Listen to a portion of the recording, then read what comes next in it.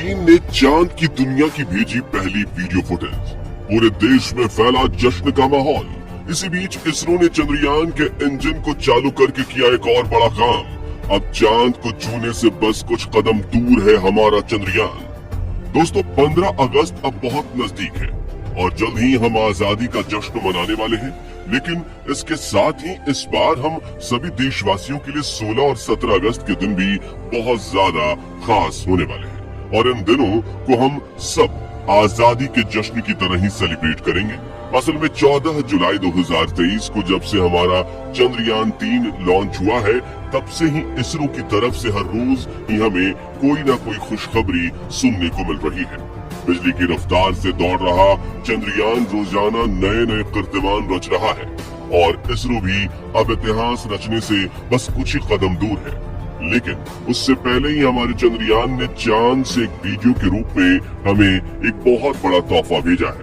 अब क्या है चंद्रयान द्वारा भेजी गई ये वीडियो 16 और 17 अगस्त इस मिशन के लिए इतने खास क्यों है?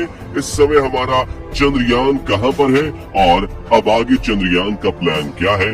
जानने के लिए वीडियो को बिना स्किप किए अंत तक जरूर देखिएगा। दोस्तों, आज से 52 साल पहले इसरो के वैज्ञानिकों ने जब अपने पहले रॉकेट को साइकिल से ट्रांसपोर्ट किया था तो पूरी दुनिया ने हमारी स्पेस एजेंसी का मजाक बनाया था। लेकिन आज इसी इसरो के साथ काम करने के लिए नासा और रोसकॉस्मोस जैसी बड़ी बड़ी स्पेस एजेंसियां खुद सामने आ रही हैं। इसकी सबसे बड़ी वजह है हमारा चंद्रयान 3 मिशन। जी हाँ दोस्तों, चंद्रयान 3 इसरो का तीसरा लूनर मिशन है, जिसके सक्सेसफुल होते ही भारत चांद पर सॉफ्ट लैंडिंग करने वाला चौथा देश बन जाएगा। सबसे अहम बात यह है कि इसरो ने अपना ये मिशन चांद की अंधेरी दुनिया यानी कि इसके दक्षिणी ध्रुव पर भेजा है, जहां आज तक नासा भी नहीं पहुंच सका है। ऐसे में हमारा भारत चांद के इस हिस्से को एक्सप्लोर करने वाला दुनिया का पहला देश बनने जा रहा है।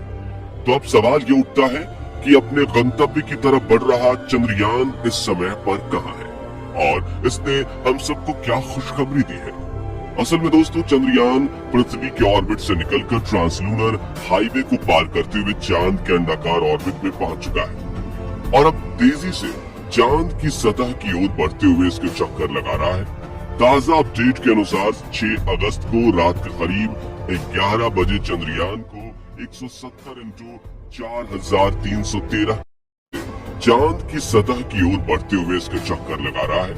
ताजा अपडेट के अनुसार 6 अगस्त को रात के करीब 11 बजे चंद्रयान को 170 इंटू 4313 किलोमीटर वाले चांद के दूसरे ऑर्बिट में सफलतापूर्वक पहुंचा दिया गया था।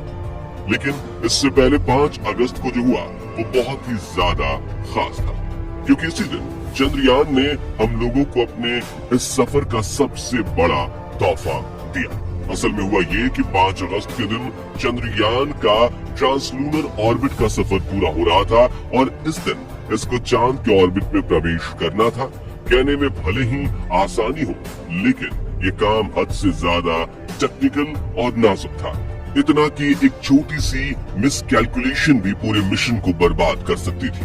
दरअसल वैज्ञानिकों को 40,000 किलोमीटर प्रति घंटे की स्पीड से आगे बढ़ रहे चंद्रयान की गति एकदम से धीमी करनी थी। साथ ही उन्हें ख्याल रखना था कि गति इतनी धीमी ना हो कि चंद्रयान चांद के ऑर्बिट में प्रवेश ही ना कर पाए, क्योंकि ऐसा होने पर चंद्रयान चांद को छोड़कर हमेशा के लिए अंधेरे अंतरिक्ष में कहीं गुम हो जाता और स्पीड कम नहीं हो पाती। तो ये सीधा ही चांद की सतह पर क्रैश भी हो सकता था।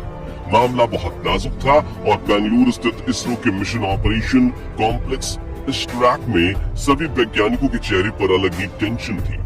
आखिरकार शाम को 7:12 पर वैज्ञानिकों द्वारा विपरीत दिशा में चंद्रयान के रेट्रो बूस्टर्स फायर किए गए। उन्होंने इसके ये इंजन 18,035 सेकंड्स यानी कि करीब 30 मिनट तक चालू रखे। असल में दोस्तों, वैज्ञानिक की कैलकुलेशंस के अनुसार चंद्रयान को लूनर ऑर्बिट में डालने के लिए उसकी गति को घटाकर 40,000 से 3600 किलोमीटर प्रति घंटा करने की जरूरत थी। और खुशी की बात यह है कि हमारे वैज्ञानिकों ने समय रहते ही ऐसा करने में पूरी तरह से कामयाबी हासिल की। नतीजन चंद्रयान को सफलतापूर्वक चांद के ऑर्बिट में स्थापित कर दिया गया, जिसे साइंस की भाषा में लूनर ऑर्बिट इंसर्शन यानी LOI कहा जाता है। यह मिशन के लिए एक बहुत ही बड़ी कामयाबी है और एक तरफ लोग एक दूसरे को इसकी बधाई दे रहे थे, लेकिन अभी लोगों का ये जश्न खत्म भी नहीं हुआ था कि चंद्रयान ने दूसरा तोहफा उन्हें दिया। और ये तोहफा था एक वीडियो जो चंद्रयान ने चांद के ऑर्बिट में जाने के बाद कैप्चर करके हमें भेजी थी। इस समय आप अपने स्क्रीन पर जो तस्वीरें देख रहे हैं, ये चंद्रयान 3 द्वारा भेजी वही ओरिजिनल फुटेज है। इस वीडियो को देखकर यह एहसास हुआ कि वाकई अब हमारा चंद्रयान चांद पर भारत का झंडा लहराने के बस चंद कदम दूरी पर है। लेकिन अब सवाल ये रहा कि 16 और 17 अगस्त को ऐसा क्या होने वाला है जिसे मिशन के लिए इतना खास माना जा रहा है, और अब आगे चंद्रयान के प्लान किस तरह आगे बढ़ने का है। सबसे पहले तो आपको बता दें कि चंद्रयान कुल मिलाकर चांद के 5 ऑर्बिट कंप्लीट करेगा और हर एक पूरे होते ऑर्बिट के साथ अगले ऑर्बिट का आकार छोटा होता जाएगा। साथ ही हमारे वैज्ञानिक धीरे धीरे करके इसकी गति को भी कम करना जारी रखेंगे। अब अगर अभी की बात करें तो इस समय चंद्रयान चांद की 3री कक्षा में है और हो सकता है कि जब तक ये वीडियो आपके पास पहुंचे ये 4थी कक्षा में भी पहुंच चुका। 9 अगस्त के दिन दोपहर करीब 2 बजे 3री कक्षा में ये पहुंचा था।